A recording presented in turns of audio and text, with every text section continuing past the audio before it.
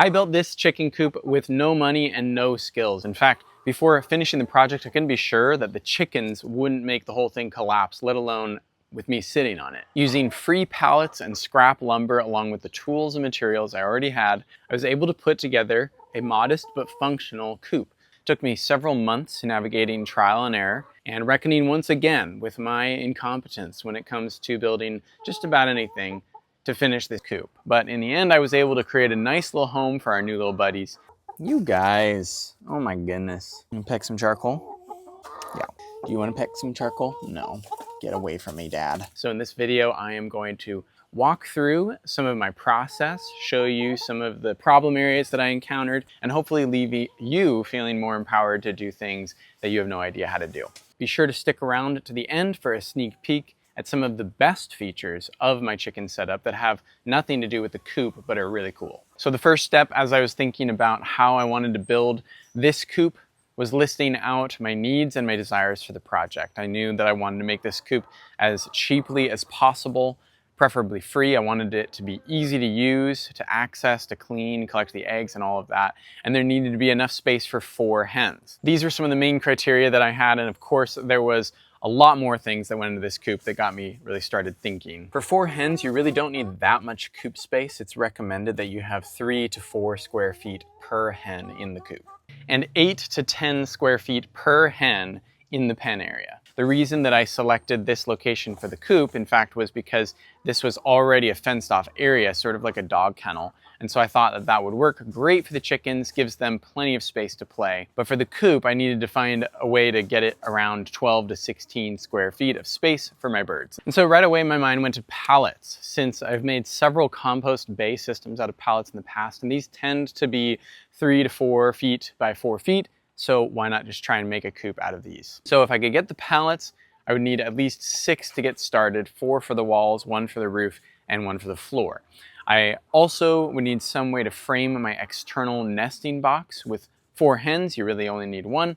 I've made coops in the past with multiple nesting bays, and it seems like the chickens really like just laying in a few places on top of each other's eggs. So some other things that I try to keep in mind as I gathered my materials were that I needed some way to raise the coop off of the ground. This is not essential, but it's really nice to be able to provide shade and security for your chickens. And having the coop raised up saves space in the pen.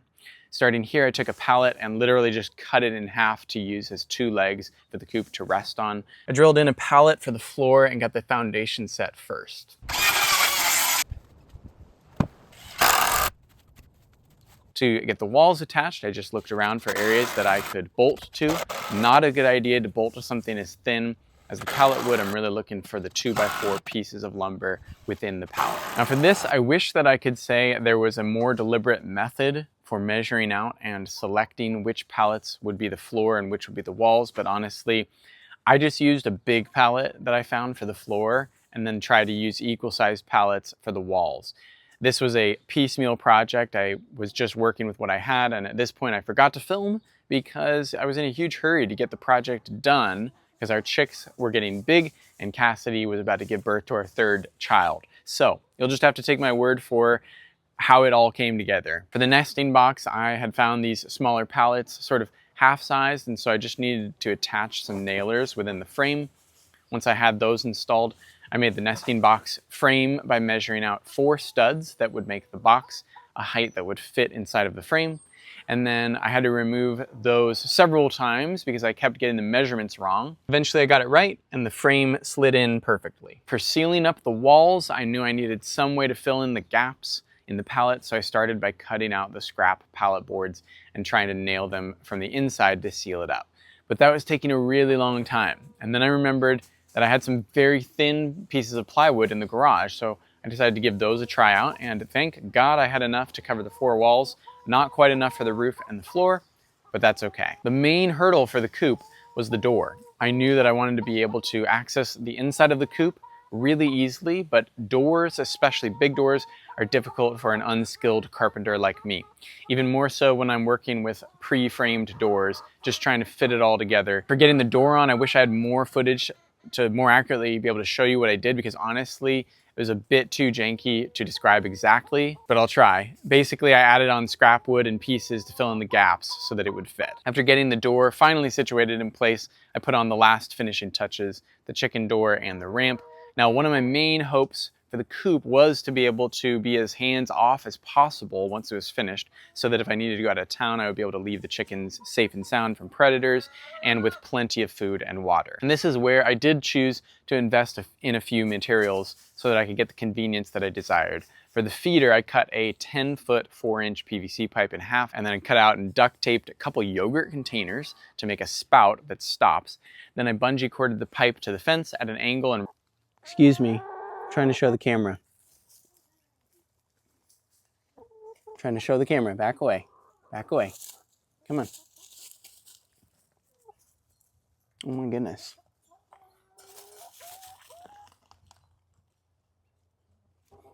And then I just rested it on this rock. This created a gravity-fed feeder where the yogurt containers at the bottom hold the feed for the chickens to access and hold back the rest of the feed in the pipe. For a cap, I used another yogurt container. You might be catching a subtle theme for this coop. Set up low cost. Now, I know that there are a few fixtures that you can get that will make this simpler, and I did in fact have those fixtures already on hand, but I didn't buy a Schedule 40 pipe because it was like 50 bucks, and this one was only 10, but it's thinner, and so it doesn't really fit the fittings. That's what I get for being cheap. A janky feeder that works great and 40 bucks saved. For the waterer, I took the simplest approach and bought some cheap water cups that screw right into the bucket. These ones come with a drill bit that you need. I'll link them in the description. And then the final piece of convenience that I couldn't do on my own was the chicken door. And at first I started with a door with hinges and a latch, but this required me to close up the hens each night, just in case one of the raccoons or skunks got too adventurous and broke into the pen for a late night snack. Do not underestimate the devastation that a raccoon can do to a chicken flock. These are evil creatures. Not really, but they love chicken. So it was a must for me to have a secure door to the coop, and I'm happy to say that for this door, I got an automatic door that I've had my eye on for years. It's the Chicken Guard solar panel powered automatic chicken coop door. I actually reached out to Chicken Guard and they sent me this beautiful door for free. If I highlighted in this video, don't tell them, but if they had said no, I would have bought it anyway because this door is so nice to have installed. Comes with a very easy to understand instruction manual, simple setup process, and works great. If you're looking for a hands-off approach for locking up your hens at night, this is a great choice in my opinion. Of course, I'm selling it right now, but honestly, there's not much to sell. It does exactly what I want it to do. At nights, chickens naturally go back inside as it gets dark out. The Chicken Guard door can be set on either a timer or to be synced up with the daylight. It even connects to an app on your phone so you can shut it at will or open it. Great stuff here, and that seals up my chicken coop. Now, I did face a few challenges as I was strapping this coop together, so I'll share those now. Something about pallets is that there are gaps everywhere. Probably one of the more obvious statements ever, but really becomes important when you're trying to seal everything up to keep it safe from rats and other predators. Any little hole's an entry point, and I didn't want to risk it, so I tried to seal up the coop as much as possible, and this meant that I needed to cut and nail in a bunch of extra pieces to fill in the gaps, and this was just tedious work. Another thing that I needed to address right away once the coop was built was that it was very wobbly at first, and this was likely because there was basically no structural integrity other than a few screws holding the floor pallet to the leg pallets. And pallets weigh a ton. I mean, these add up. So all I did was take a few pieces of scrap lumber and attach them to the corners of the coop to give them added stability, and this really helped. Now the coop is pretty rock solid. The big door is hard to wrestle loose sometimes, and so before every time that I would open the coop, it would shake and wobble, and I thought it might collapse or fall over. Now it still takes some elbow grease to open up this big boy, but the coop stays relatively in place. The last challenge that I faced was getting the automatic door installed, and this was really no fault of the product. It was just that I hadn't leveled out the entryway and hadn't installed nailers for the frame. So that took a little bit to figure out since I was retrofitting it, but it all worked out. And so with that all, let's get to a full tour, starting with as you walk in the door of the pen, you come right up to the nesting box, opens from the outside. This is where the hens will lay their eggs. I love these types of nesting boxes. I've used them for several other coops in the past.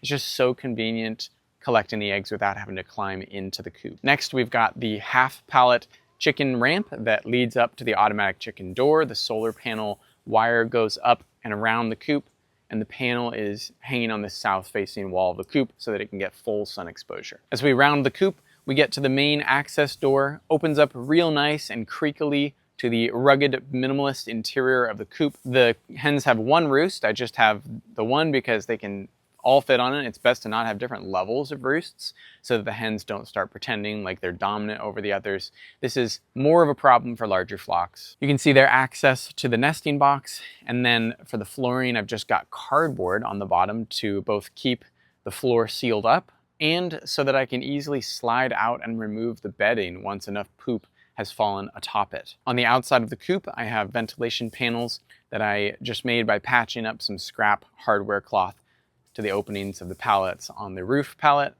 This coop is underneath a canopy of trees, so when it's rained, it really hasn't gotten wet in the coop. It's also very dry in our climate, so it's probably never going to be a huge problem, except in the winter, perhaps. So as the winter approaches, I will install a more permanent roof protection slab thing. Out in the chicken pen, we've got our chicken waterer bucket and our feeder pipe. The whole pen is sealed up nice and tight with chicken wire. The original kennel didn't have any roof, so I put this on to keep the chickens protected from owls and other critters who want to scale the fence and dive bomb the chickens. To do this, I did have to purchase a few 2x4s, but I also had a bunch of these on hand already, so it wasn't too much. I started by nailing a strip to the back side of the garage, and then I laid the 2x4s across and screwed them in to the strip, and then I just sealed up the ends with the chicken wire. That's pretty much the extent of the coop and pen, and so I want to leave you with some tips on where to find materials for your projects, whether you want to make a chicken coop like this or something else. And the first thing is asking local businesses. I found that local businesses are much more likely